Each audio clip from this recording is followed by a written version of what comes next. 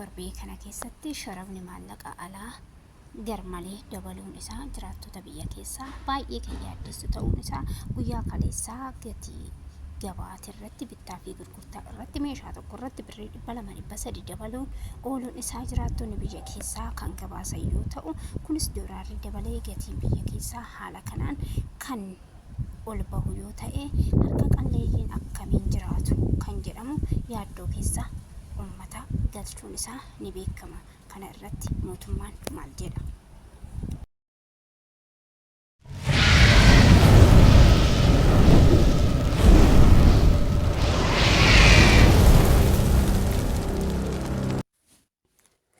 jaalatamtoota fi kabajamtoota hordoftoota Fayyiseetuu kan taatan hunduma keessanii bakka jirtanitti nageenyaa fi jaalalli karaa waaqayyoo isin akka qabu isin jecha har'ammoo viidiyoo biraa qabadhee isiniif dhiyaadhee jira. Hanga dhuma viidiyoo kiyyaatitti na wajjin turaadha. Viidiyoo kiyya sheer laayik gochuu hin dagatinaadha. Warroonni sheer laayikii akkasumas koomentiin jabaadhu jettanii ni cinaa dhaabbattan guddaa galatoomaa galata qabdan isiniin jechuu hin daganne. Akkasumas warroonni maatii Fayyiseetitti makamuu barbaadan Fayyiseetuu jettanii gama maatii kiyyaatitti yoo dhuftan manni kiyya mana keessan welcome jedhee simachuun jaaladha. Egaa viidiyoon ani har'a qabadhee isiniif dhiyaadhe akkuma beekamu torban kana keessa waa'ee sharaffii alaa irratti baay'ee ol dabaluun isaa jiraattota biyya keessaa yaaddoo guddaa kan itti ta'e ta'uun isaa miidiyaan hawaasaa torban kana guutuu addunyaatti kan gabaasaa jirudha. Egaa oolman guyyaan har'aa gabaa gurraachaan itti oole biyyoota kam irratti guyyaa har'aa kana baay'inaan dabalee jennee yoo ilaalle biyyoota riyaalaa fi dinaaraan lakkaa'amu birriin isaanii kanneen irratti baay'ee kan haala malee dabalee oole jechuudha. Isaan keessaa biyyoonni har'a haayarra kan jiru baay'ee dabalee kan jiru Kuweetii dinaariin 379 qabxii 28 birrii Itoophiyaatti irra jira jechuudha. Guyyaa har'aa kana Kuweetii dinaariin haala malee kan dabalee jiru ta'uun isaati kan beekamu. Akkasumas Omaanii riyaaliin 305 qabxii 24 birrii Itoophiyaatti irra kan jiru kunis riyaalaa baay'ee kan dabareedha. Akkasumas Turkiyaaneeraan 3.5 takka birrii Itoophiyaatti irra kan ooledha.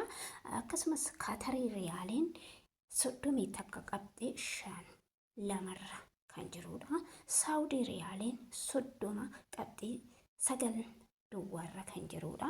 Akkasumas Joordaanii dinaariin 163 qabxii 5 kan jiru yoo ta'u UA yookiin Dubaay 30 takka qabxii 50 birrii Itoophiyaatti irra kan jiru. Isaan kun guyyaa har'aa gabaa gurraachaan baay'ee ol ka'anii kan jiranidha. Sharafni isaanii baay'ee dabalee kan jiru ta'uu isaati kan isinitti himu. Egaa daballeen doolaaraa haala kanaan dabaluun isaa jireenya biyya keessaa guyyaa kaleessatti irraa eegalee wantoota meeshaalee adda addaati irratti gatiin gurgurtaa fi bittaa biyya keessallee dabalaa ooluun isaa odeeffannoo baay'eetu jira. Haa ta'u malee daballeen doolaaraa ilaalchisee gatii biyya keessatii fi gurgurtaa biyya keessatii fi daballeen diraanaa kun wal simachuu hin dandeenye jechuudhaan miidiyaan tokko mormii kaasaa. Akkasumas haalli isaa baay'ee kan namoonni adda baafatee itti kana jedhee itti adda baafatee deemuu hin dandeenyedha. Yeroo takkaan haala kanaan akkatti dabaluun isaa jireenya biyya keessaa qaala'insi biyya keessaa akkamitti jiraanna doolaarri haala kanaan dabalee gatiin biyya keessattis akkasumatti dabalaa faayidaan isaa maali miidhaan isaa maali kan jedhan. Egaa torbee kana keessa waa'ee kanaati irratti ajandaa guddaa ta'e beektoonni akkasumas ogeeyyiin irratti haasa'amaa kan jirudha. Isaan kana irratti fuula feesbuukii irratti gama BBCtiin kan gabaafame immoo waliin dubbisna.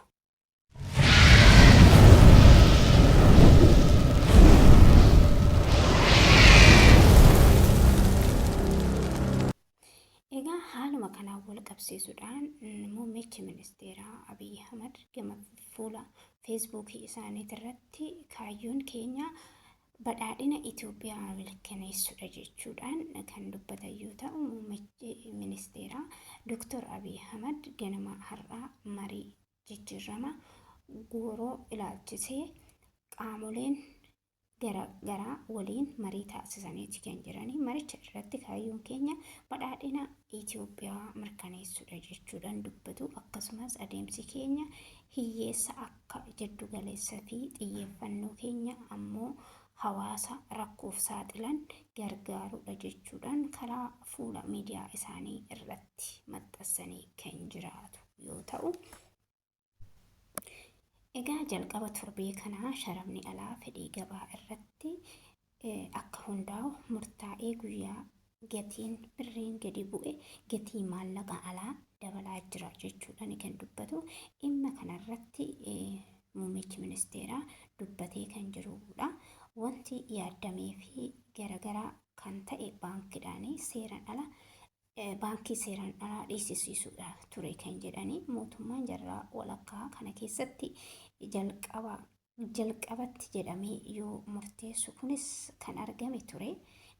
Guyyoota itti aanan waan arguu dandeenyu laata kan jedhu.